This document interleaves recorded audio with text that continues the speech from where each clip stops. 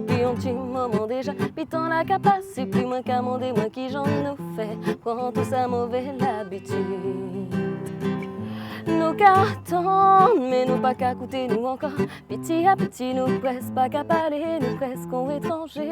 C'est qu'on si nous mord, avant nous à être loin. À nous permettre de nous voir clair, pour nous pas perdre en chemin.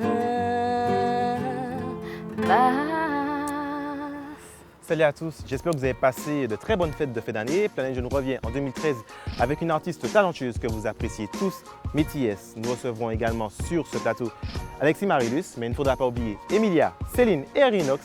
Rinox qui lui a réservé une belle surprise. Planète Jeune, saison 3, épisode 4, c'est tout de suite après ça.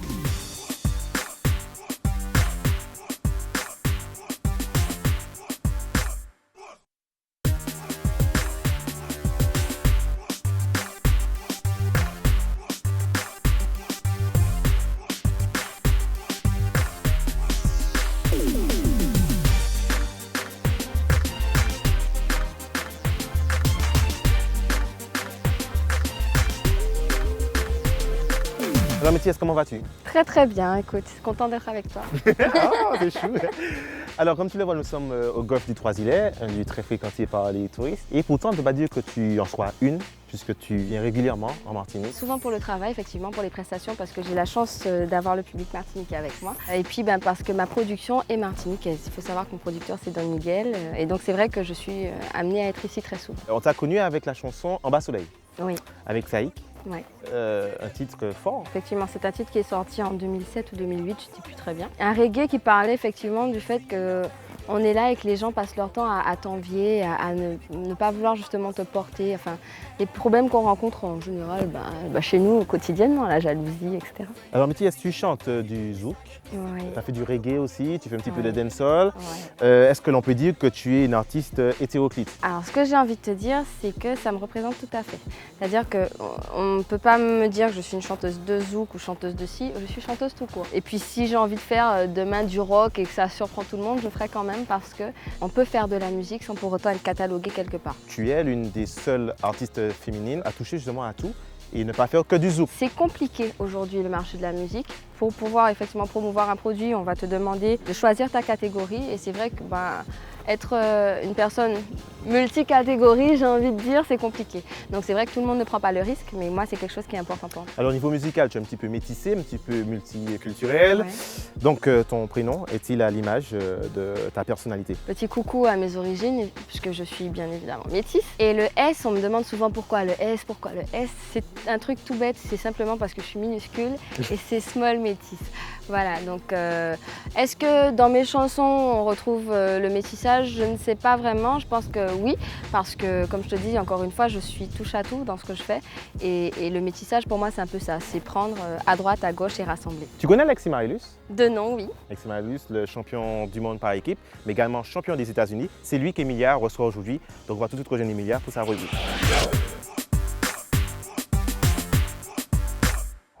Hello everybody, today we receive a great champion which name is Alexis Marilus. Alexis, how are you? Hi, fine, thank you. And you? Ok, alors maintenant on va reprendre l'interview en français. Ouais, parce que ouais. Oh! On peut la refaire? Donc on va reprendre en français. Oui. C'est la seconde fois que nous recevons Alexis Marilus dans l'émission. On te connaît déjà un petit peu. On va se focaliser sur ta saison à l'étranger. Une belle saison, je vais dire. Donc je retourne en Martinique il y a un mois de ça avec le titre du champion américain. Donc pour un Martiniquais, c'est quelque chose de bien. Premier Martiniquais à l'avoir. Premier Martiniquais, donc deuxième Français. Maintenant, ça fait toujours plaisir. Ça fait toujours plaisir de remercier la Martinique et puis tous ceux qui me supportent. Que ressors-tu de cette expérience aux États-Unis? Parce que tu as bien passé 8 mois là-bas. Tout plein de belles choses. En fait, c'est une belle expérience et je pense y retourner très bientôt. Très bien, mais nous, on aimerait bien savoir, Alexis Marilus, comment il a commencé la moto, comment il s'y est intéressé. J'ai les frères Bélé au fond, mes cousins, qui y sont. Donc à l'âge de 3 ans, je me vois recevoir un cadeau de mon père pour la Noël. Donc c'était une petite 50. Donc du coup, de l'âge de 3 ans à l'âge de 10 ans, je vais dire, je l'ai pris pas au sérieux, c'est-à-dire que je m'amusais. Comme un loisir. À l'âge de 13 ans, j'ai commencé à m'y mettre. À l'âge de 15 ans, je pars sur la France pour la première fois et j'obtiens mon premier titre de champion de France. En fait, j'étais dans un club ici nommé Mécanique pour tous, présidé par Serge Bunot, que je tiens à remercier justement parce qu'en fait, c'est lui qui m'a toujours aidé, toujours épaulé dans ce domaine. Donc, merci à mes parents aussi. On fait une parenthèse. J'ai maintenant 21 ans, donc j'ai commencé, je vais dire, ma carrière professionnelle il y a 2 ans en Italie. Donc c'était instinctif pour toi, c'est venu directement à la moto au niveau professionnel, tu t'es pas posé de questions, qu'est-ce que je vais faire d'autre dans ma vie? C'est vrai que ça m'a toujours plu, c'est vrai que ça a été un rêve aussi. Alors nous allons revenir sur ton séjour aux États-Unis. Pour que tu nous précises comment ça s'est passé pour toi, jeune, de 21 ans, comment tu as pu t'intégrer là-bas, est-ce que tu étais seul, avec un team particulier? Mais très bien, en fait j'étais avec un team privé américain. Avec qui tu étais en contrat? Avec qui j'étais en contrat pour 1 an. Donc je vivais là-bas à côté d'un store, je vais dire, de magasin qu'ils avaient sur San Francisco. Donc je m'y suis fait. C'est vrai que la langue au début, les premiers mois, ça a été un petit peu difficile. Maintenant, après 8 mois, je m'y suis fait. Et as-tu vécu des expériences là-bas que tu n'aurais pas pu vivre ici, en Martinique ou dans la Caraïbe? Quand je regarde, je me levais le jeudi matin pour faire 20 heures de route. C'est vrai que tu te dis ici, je descends chez moi, je fais 15 minutes pour aller à Dillon. C'est pas la même chose. Maintenant, c'est des expériences que je garde. Je sais pas, sortir de San Francisco pour aller sur Miami, je fais 6 heures d'avion. En fait, c'est des super souvenirs que je garde. Et côté moto, est-ce que tu sentais que tu avais le niveau dès le départ ou que tu étais un petit peu en retrait, tu as dû t'entraîner à nouveau par rapport à là-bas? J'étais plus motivé qu'autre chose en fait. Maintenant, quand on dit niveau mondial, c'est quand même un niveau mondial. Après les États-Unis, il y a quand même pas mal de pilotes. Il y a un bon niveau, donc je m'y suis fait. J'ai pas gagné les premières courses, j'ai été régulier et ça a payé en fin d'année. Tu t'attendais pas à ça? Je ne m'attendais vraiment pas à ça. À la 4e course du championnat, je casse ma chaîne par exemple. Je me retrouve 3e du championnat. À la dernière course du championnat, j'arrive avec 3 points de retard et je gagne à la dernière manche. C'est quelque chose d'excellent. Est-ce que nous pouvons te suivre sur un média particulier? Via Facebook, sur ma page officielle, Twitter et compagnie. Et puis d'ici là, pourquoi pas sur Planète Jeune très bientôt. Encore une fois. Pourquoi pas. Merci Alexis. Merci à À vous. bientôt Yanis. À bientôt. Ciao Métiès. Bye. Ouais. Alors Métiès, on a pu remarquer que tu ne te produis désormais plus sans ta guitare. Alors comment tu expliques cette tendance-là? Est-ce que maintenant il faut être à la fois chanteur et musicien? Aujourd'hui, on est tellement nombreux que quand on a la possibilité d'avoir un plus, il faut le mettre en avant. On parle de phénomène de mode, je ne peux pas parler de mode me concernant parce que je fais de la guitare depuis plus de 10 ans, mais le public est plus ouvert aujourd'hui à différents styles et qu'on peut se permettre justement de s'affirmer dans les styles acoustiques par exemple. Et pourquoi la guitare et pas la flûte? Parce qu'écoute, avec la flûte, ce serait difficile de chanter en même temps. Ouais, ce serait pas évident. Mais c'est vrai que la guitare, c'est un instrument qui me parle depuis que je suis toute petite, qui a ce côté très pratique de se retrouver sur des petites scènes très intimistes. Et j'aime beaucoup ça, si tu veux, les petites salles. Je sais que l'année dernière, tu as tenu absolument à te rendre en Martinique pour le carnaval. Alors j'ai envie de te poser cette question, qu'a-t-il de si particulier? Eh bien écoute, aujourd'hui le carnaval en Guadeloupe est devenu très... J'ai envie de dire, c'est trop programmé, c'est-à-dire que c'est beaucoup de défilés, on regarde, c'est plus comme au Brésil, tu vois, avec des circuits. Ici, j'ai retrouvé en fait le carnaval d'il y a quelques années, c'est-à-dire que les gens s'amusent encore, tout le monde est déguisé, qu'on défile ou pas, en fait, il y a une vraie ambiance en fait dehors et c'est ce que je suis venue chercher. Donc en fait, tu restes en Martinique pour le carnaval de... Je risque fort d'être cette année encore au carnaval, oui. Et quels sont les groupes qui t'ont marqué justement? Je sais que tu en connais quelques-uns. Il y en a un que je connais un peu plus par rapport à Easy, qui est quand même à l'origine de Vagabond. Et l'année dernière, en fait, c'est vrai que quand ils sont passés, j'étais comme une folle derrière, en train de crier comme tout le monde. Non, c'est vrai qu'on s'est bien amusé avec eux. Puis c'est original ce qu'ils font. Alors justement, Métiès, Rhinox t'a réservé une petite surprise, puisque le groupe que tu affectionnes tout particulièrement, Vagabond, est juste derrière toi et on va aller tout de suite les rejoindre.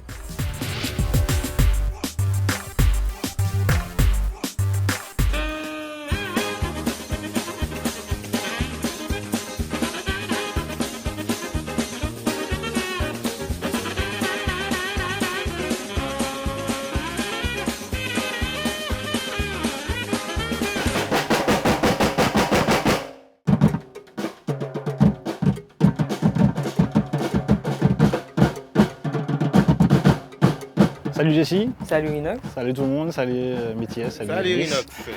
Alors aujourd'hui on va parler de Vagabond. Alors, tout à l'heure Métis disait qu'elle connaissait Vagabond par rapport à Easy Kenenga. Mais est-ce que tu peux nous rappeler son origine? Les gens nous ont connus par rapport à Easy, par rapport au son qui est sur son album. Non, allez ça. Le Nous en laisse ça. Mais l'origine de Vagabond c'est à Bordeaux en 2006. Une bande de copains dont Easy effectivement qui n'était pas encore connu sous le nom en tout cas d'Easy Kenenga. On a voulu créer un groupe de carnaval et on a fait notre premier carnaval en février et mars 2007 et on a commencé l'aventure comme ça et le défi était de poursuivre l'aventure les années qui ont suivi et le premier qui est rentré en Martinique créait la section Vagabond Martinique, sachant que le groupe de Bordeaux évolue également en parallèle.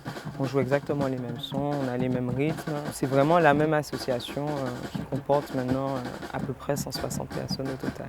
D'accord, alors je sais que vous avez une spécificité, est-ce que tu peux nous dire laquelle On n'a pas beaucoup été influencé par le carnaval du pays, en tout cas on n'était pas baigné dedans puisqu'on était en métropole, on avait les souvenirs d'enfance de vacances de carnaval tout simplement et on a associé donc aux musiques de carnaval des musiques différentes, hip-hop, dancehall, tout ça. On a fait une begin. D'accord, alors je sais que vous avez aussi voyagé à Barbade en août 2012 d'ailleurs. Ouais. Donc est-ce que tu peux nous dire quelle expérience ça vous a apporté et puis est-ce que dans l'avenir c'est possible que vous fassiez encore un autre voyage? Nous avons été invités effectivement, donc premier week-end d'août pendant 2 jours sur le Crop Over, une invitation de l'Office du tourisme où finalement le groupe étant une petite structure, malgré le nombre de membres, on a eu du mal on va dire à s'organiser, mais finalement chaque membre a mis de sa poche pour pouvoir partir à la Barbade. On a été très bien accueillis parce que c'est pas un carnaval qu'ils connaissent, en tout cas actuellement. Eux, ils ont plus une culture de chars et de sonos sur des chars avec des gens qui courent derrière. Et nous, on a fait les 17 km en jouant, en chantant, en dansant et je pense que ça a un peu impressionné là-bas. Les rythmes sont différents, donc on a été très bien accueillis. Ils nous ont d'ailleurs invités l'année prochaine, donc on ira l'année prochaine à la Barbade. Ah ben très bien, et justement où est-ce qu'on peut retrouver vos actualités, vos déplacements? Sur notre site www.vacabond.com et sur le Facebook respectif de Vagabond Pays et de Vagabond Bordeaux. Vous pouvez tout trouver sur ce site. Et puis on peut également vous retrouver quand même dans la période carnavalesque. Bien sûr, je pense que vous nous avez déjà vus et vous nous verrez encore pour les parades, la parade du Sud et les parades des géographes. En tout cas, merci Jessie, merci à tout le groupe aussi. Merci Linox. J'ai un petit défi à te proposer puisque tu nous as emmenés sous le soleil, mes camarades sont là, ils ne font rien. Est-ce que ça vous dit d'essayer de jouer un peu de carnaval? Moi je suis Tous pas les trois. On fait une petite initiation, on essaye? Je relève le défi. On vous montre d'abord ce que ça doit donner, On y va, puis ensuite on reprend avec vous. pas de souci. On y va?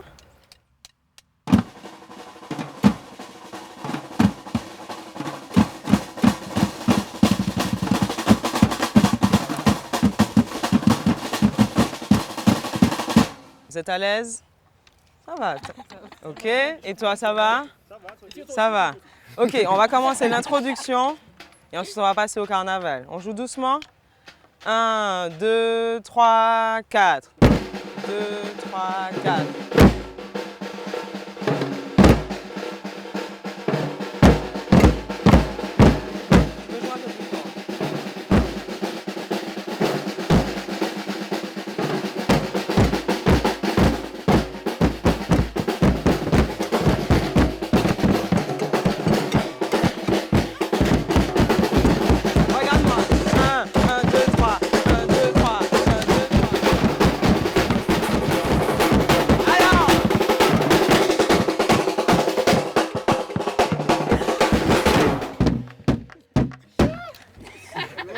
Est-ce que tu as filmé quand il s'est pris ça dans la gueule? Oui.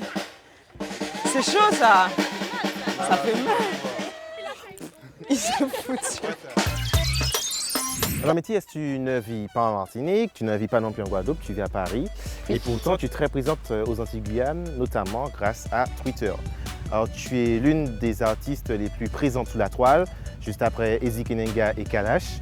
Et avant Admiralty et Chris, comment tu t'es approprié ce nouveau média? Au début, effectivement, je pense comme un peu tout le monde sur Twitter particulièrement, j'étais complètement perdue. Parce que quand tu arrives, tu es tout seul. Et très rapidement, j'ai compris que pour être efficace, il faut parler. Et plus tu parles et plus on te voit, plus tu es présent. Je parle de ma musique sur Twitter, mais je parle aussi de ce qui m'arrive toute la journée. Je parle de petites anecdotes, mais vraiment de tout. C'est-à-dire que là, en sortant du tournage, je vais tweeter où j'étais, ce qui s'est passé. Exactement. Ouais, et donc, en fait, si tu veux, il y a une espèce de proximité qui se crée.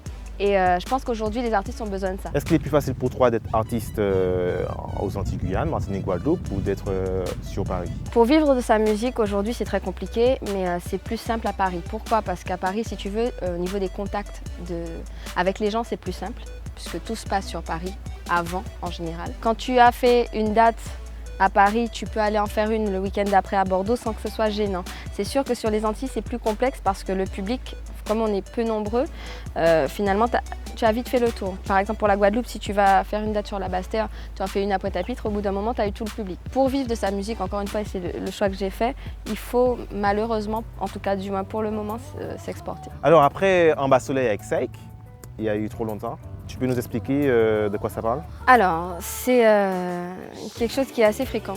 Encore une fois, je pense pas que ce soit qu'aux Antilles, c'est vraiment général. Quand les gens sont en couple, heureux, il y a toujours une personne dans l'entourage qui est contente mais qui a bien envie finalement que ça casse parce qu'elle de son côté ça marche pas. J'explique à mon amoureux dans l'histoire que t'as beau entendre des choses à droite à gauche, c'est moi qu'il faut croire, c'est ça le plus important. On est bien, on reste bien. Il y a eu aussi Tu me manques. Alors Tu me manques et Trop longtemps. Oui. Est-ce que ce sont des chansons autobiographiques? Pas du tout. Ah non. Pas du tout, et non, et encore moins Tu me manques. Tu me manques, c'est vraiment en regardant mes copines.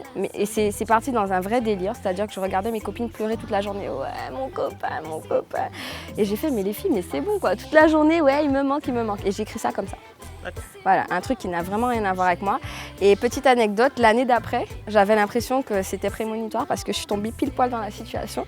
Et donc du coup, je réécoutais ma chanson en me disant, mais mince, quoi, qu'est-ce qui s'est passé? Je savais que ça allait m'arriver, c'était spécial. Je suis désolé, Métis. Oh écoute, ça va, je le vis très bien. Je voulais pas te faire ça. Ça va très bien. En tout cas, tu fais le va-et-vient entre la Martinique et la Guadeloupe. Alors justement, je te propose que nous allions voir tout de suite Céline, qui est partie à la rencontre d'une jeune Martiniquaise qui tourne un court-métrage sur nos deux îles sœurs. Salut Métis, salut Yanis. Je suis allée à la découverte d'une jeune réalisatrice. D'ailleurs pour tes clips, tu as dû faire appel à des réalisateurs peut-être? Un réalisateur a une vision particulière et en changeant de réalisateur assez souvent, on peut avoir des clips avec une touche différente chaque fois. La réalisatrice que j'ai rencontrée tourne un court-métrage qui sera présenté au Festival de Cannes et qu'elle tourne entre la Guadeloupe et la Martinique. Bonjour Maraki, donc tu nous reçois aujourd'hui en Martinique. Tu vis actuellement à Barbade. Tu es on peut dire, jeune réalisatrice. Explique-nous comment tu en es arrivée à ce métier. J'ai commencé par l'école d'art, l'Institut régional d'art visuel en Martinique. Et puis j'ai toujours voulu faire du cinéma. Mon rêve, c'était de partir aux États-Unis, étudier à USC, University of Southern California. Donc d'abord, il a fallu que je perfectionne mon anglais. Donc je suis partie à Barbade, étudier l'anglais, et puis est arrivé le 11 septembre, et là, il était hors de question de partir aux États-Unis. Donc j'ai fait le choix de partir à Paris. J'ai fait l'ECA, l'École internationale de création audiovisuelle et de réalisation, pendant 3 ans, dont j'en suis sortie major de promotion, on peut dire, en remportant le grand prix du jury des films de clôture de promotion avec mon court-métrage Digit, un film qui met en scène Édouard Montout et Landco City. Et suite à ça, je me suis lancée dans la réalisation audiovisuelle et cinématographique. Donc je fais de la pub, du clip, du reportage, du documentaire et puis des fictions. Alors aujourd'hui, on va surtout parler de ton actualité du moment, puisqu'il y a le gros projet autour du film Vivre. Est-ce que tu peux nous expliquer quand il a commencé et comment il a commencé ? J'ai écrit le scénario en 2007 et puis quelques années plus tard, en 2010, j'ai signé un contrat de coproduction avec une boîte de prod basée en Guadeloupe qui s'appelle Arévision Production, qui est dirigée par Nina Villus. Donc cette coprod est avec ma société de production Rock Rose qui est basée en Martinique. C'est un film que tu as écrit. Quelle est l'histoire du film ? Vivre, c'est une comédie dramatique de 15 minutes qui dépeint la société moderne et les choix de vie à travers les yeux d'un adolescent qui s'appelle Tom. Donc le rôle de Tom est tenu par Idriss Bonaler, qui est un petit garçon de 9 ans qui joue un personnage de 12 ans. Donc ce petit bonhomme s'imagine à 20 ans, à 30 ans, à 40 ans, à 50 ans. Et le rôle principal de Tom adulte est tenu par Vincent Vermignon, un acteur amateur qui est en ce moment à Paris en formation et qui a un bel avenir dans le cinéma. Donc pour revenir à l'histoire du film, lorsque Tom nous décrit toutes ses vies possibles, en fait, il revient à l'essence de la question, qu'est-ce qu'il veut faire plus tard, et il donne une réponse complètement hallucinante que je ne peux pas dévoiler pour l'instant. Donc c'est un film qui a débuté il y a longtemps, 2007, et qu'on a commencé à tourner du 5 au 7 novembre 2012 en Guadeloupe. Et la deuxième partie en Martinique en janvier 2013. Pourquoi il y a eu autant de temps entre le début du projet et les débuts des tournages? Financer un film prend énormément de temps. Il faut réunir les moyens humains, donc les producteurs, et puis ensuite il faut trouver les moyens financiers. Donc nous, on est soutenus par les deux conseils régionaux, Martinique-Guadeloupe, la commission du film de Guadeloupe, le comité martiniquais du tourisme, la direction des affaires culturelles de la Martinique, et puis le Centre national de la cinématographie, qui nous donne nos lettres de noblesse en fait dans le monde du cinéma. Et puis il y a aussi des investisseurs privés, qui sont moins nombreux évidemment et qui donnent moins parce qu'ils n'ont pas autant de moyens, mais qui sont là et qui sont bien présents. On a fait appel aussi au grand public à travers le financement participatif qu'on appelle le crowdfunding, par un site internet sur lequel les gens ont pu nous faire des dons. Quand on entend court-métrage, on s'imagine que les moyens sont plus petits que pour un long-métrage. Pourtant, apparemment, vous avez de gros moyens, des camions, beaucoup de techniciens. Parle-nous un peu de comment ça se passe sur les plateaux de tournage. On a un beau budget, un budget plus conséquent que ceux avec lesquels j'ai travaillé pour l'instant, mais on n'est pas encore dans un blockbuster avec des millions de dollars ou des millions d'euros. Comment ça se passe sur un plateau? Comme sur un plateau de long-métrage, avec des PAT, c'est-à-dire des prêts à tourner très tôt le matin, des réveils à 4 heures du matin, des journées très longues, de grands moments de cinéma, puis des moments un peu plus difficiles, mais qu'on gère parce qu'on aime ça et qu'on connaît notre métier aussi. Quel a été pour toi le moment le plus fort, le plus important du montage du projet? Nina et moi, nous sommes partis au Festival de Cannes 2012 où on a pu présenter notre projet en développement sur le stand de Film France. C'était un moment assez unique de pouvoir partir avec un film qui n'est pas encore en tournée, simplement pour le présenter. L'objectif, c'est de partir de faire les festivals, et notamment le Festival de Cannes. On rêve tous de monter les marches avec un film, donc on aimerait repartir à Cannes. Et puis évidemment sur les autres grands festivals de la planète cinéma, comme le Sundance, Tribeca, enfin tous les grands festivals en Europe et aux États-Unis. Quel conseil pourrais-tu donner aux jeunes qui ont l'ambition de devenir réalisateurs ou réalisatrices comme toi? Le plus important, c'est de croire en ses rêves, de ne jamais abandonner. Même si c'est difficile, ça prend du temps. Là, j'ai pris plus de 6 ans pour monter un film. Il y en a qui prennent 12, 15 ans. Mais quoi qu'on fasse, que ce soit de la musique, du cinéma, je sais pas, dans n'importe quel métier, il faut vraiment croire en ses rêves et continuer. Merci beaucoup, Maraki. Merci, Céline. Donc on souhaite tout le bonheur du monde et toute la réussite possible à Maraki avec son court-métrage pour le Festival de Cannes 2013. Petite précision, Maraki réalise aussi des clips. D'ailleurs, quand elle est arrivée à Barbade, elle a réalisé un reportage pour un magazine américain. C'était un behind the scene de Rihanna. Donc elle a fait 24 heures dans la vie de Rihanna. Elle réalise les clips de Crossfire, un groupe de soca très connu là-bas, très connu en Martinique aussi d'ailleurs. Donc on lui souhaite encore de réaliser plein de beaux reportages à Barbade, en Martinique et dans le monde entier. Alors Mathias, nous arrivons déjà à la fin de cette émission et moi j'aimerais savoir un petit peu quels sont tes futurs projets, un album en préparation. Alors l'album est fini, il sortira très prochainement, je ne peux pas encore vous annoncer de date mais c'est imminent. Tout de suite là, ce que je peux vous dire, c'est que le 2 février, je vous donne rendez-vous au Doc Pullman pour le grand concert d'Akio où je suis invitée. Il y aura aussi Zik Nanga, Dominique Coco, Admiralty. Ça va vraiment être un gros spectacle. Donc c'est ma date la plus importante pour le moment. Et puis bien évidemment, sur les réseaux sociaux, je mettrai de toute façon toutes les dates de concerts programmées. Beaucoup de live, beaucoup de petites scènes acoustiques. Donc voilà, ça c'est les projets qui arrive très vite. Et puis sur le plus long terme, plus pour la rentrée prochaine, des collaborations sur de nouveaux projets. Et le titre de l'album, c'est quoi? C'est top secret, non je rigole. En fait, voilà, pour tous ceux qui veulent connaître un petit peu plus de choses sur moi, je vous invite vraiment à rejoindre mes pages fans sur Facebook et Twitter. Et comme ça, vous aurez toutes les actus et en avant-première. Voilà. Alors là, on se quitte, tu retournes en Guadeloupe ou en France? Eh ben écoute, c'est un retour au pays, je rentre chez moi, en Guadeloupe. Alors la transition est toute faite, puisqu'on se quitte avec le clip que tu interprètes avec Charling. Absolument. Retour au pays, merci de nous avoir suivis. Merci à 3 Métis. Merci beaucoup. Merci au Golf de Trois-Îlets, aux boutiques Rivaldi et Ruban Rose. On se quitte avec le clip Retour au pays et on se retrouve le mois prochain. À bientôt. C'est moi qui ai fait la fin. Oh, nanana.